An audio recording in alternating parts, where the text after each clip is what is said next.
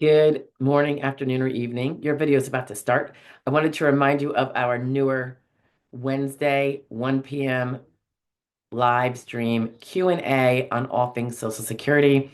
Visitors are welcome to post a question in the chat, and I'll do my best to answer it. It's on a first come, first serve basis, so please get there on time. Otherwise, if you care to be a member and get some different kinds of perks, feel free to click the join button below or just click it to learn about them. Anyway, I hope to see you Wednesday. If not, enjoy the video. Bye now. Afternoon. I was just going to share something in case you were reading this and getting all fearful and such. Um, Someone alerted me to this. None of you guys, somebody else. So I did a quick look up, and yeah, indeed.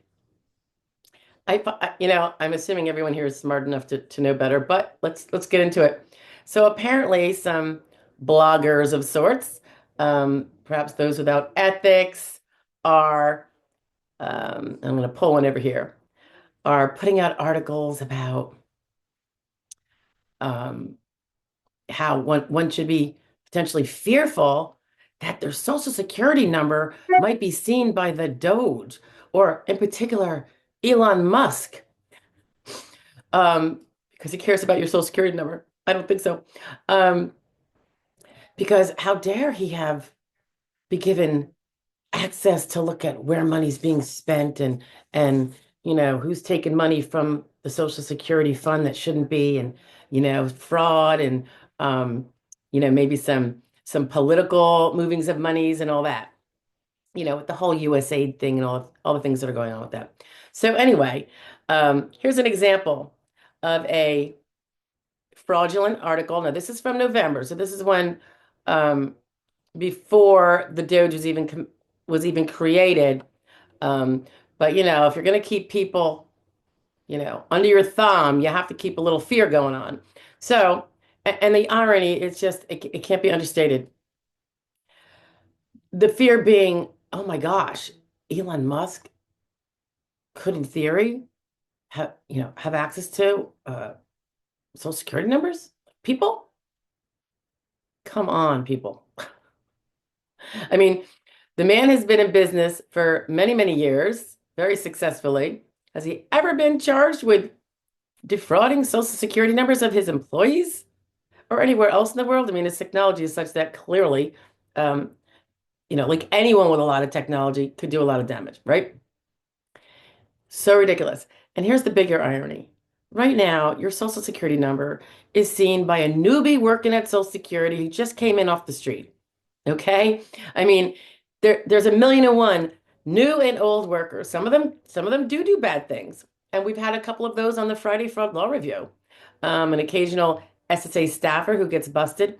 And ironically, that's the OIG I get those reports from. And I don't know that that's um, all encompassing, by the way. It might just be ones that they chose to publish. I don't know if they publish all or not. They don't say it one way or the other, at least not that I've seen. So I'm like, are you kidding me? Did anybody question all those little minions working in the Treasury Department thus far? Those are people, civilian people, that don't even have the reputation to uphold, like someone, the bigger they are, the harder they fall, Elon Musk. And you're worried about him, not you. I know you guys are smarter than this, but you're worried about the fact that they're trying to prevent money from being stolen from you, um, and from our funds in general, and the Treasury. That is a concern. The fact that these articles are trying to get people all riled up because there's an agenda. You know what their agenda is, right? We know this, right? It's been pretty clear. So this blogger, I guess he's a blogger. I mean, I wouldn't know. Brett Aarons, he wrote this, and I'm sorry, it's a little feckless. Oh, this one is not November. Sorry. This one, it says February 7th. Um, if the wrong person gained access to personal financial information held by the Treasury, it would constitute the biggest data in history. And then he goes on to say that labor unions and civil liberty groups are stepping up their legal campaign to block Elon Musk and his so-called Department of Government Efficiency. I know that's a really bad thing, right? We do not want the government to be efficient. No. To stop them from getting their hands on U.S. citizens' bank account details, Social Security numbers, Medicare details, and other sensitive personal information. Hmm, I wonder what they're trying to protect in actuality. I mean, have they created faux U.S. citizens with faux bank accounts, faux Social Security, that they are funneling money to as a way to, ooh, another way of their laundering? Who knows? But why be so paranoid, particularly when you let Joe Blow off the street work for the SSA? Yes, I'm sure they take a couple little training things that say you can't be doing this, this, and this. How about every banker, every teller? I mean, do you even need to graduate high school to be a teller? I don't know, but like it is so ridiculous. I really hope everybody's seeing this, that when you see articles like this, you have to question the agenda. I mean, you have to look at it and use common sense. There's obviously an agenda. It's supposed to be, it's very political, you know.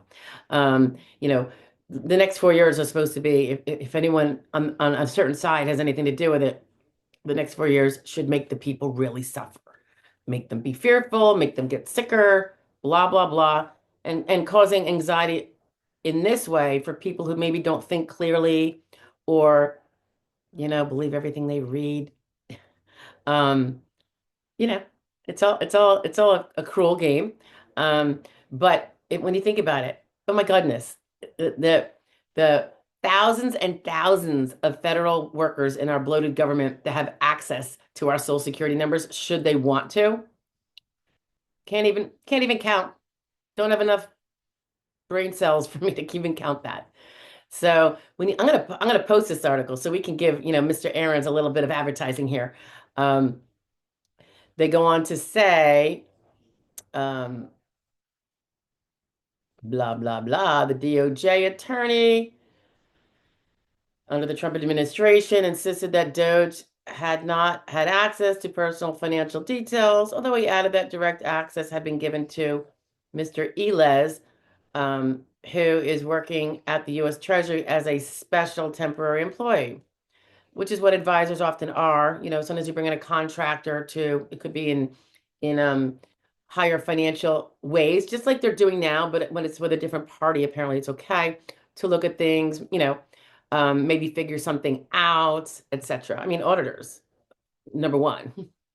So, um, and it's so funny, you can just even look at the loaded terminology they use. That's how you can kind of tell when someone is extremely biased and disingenuous.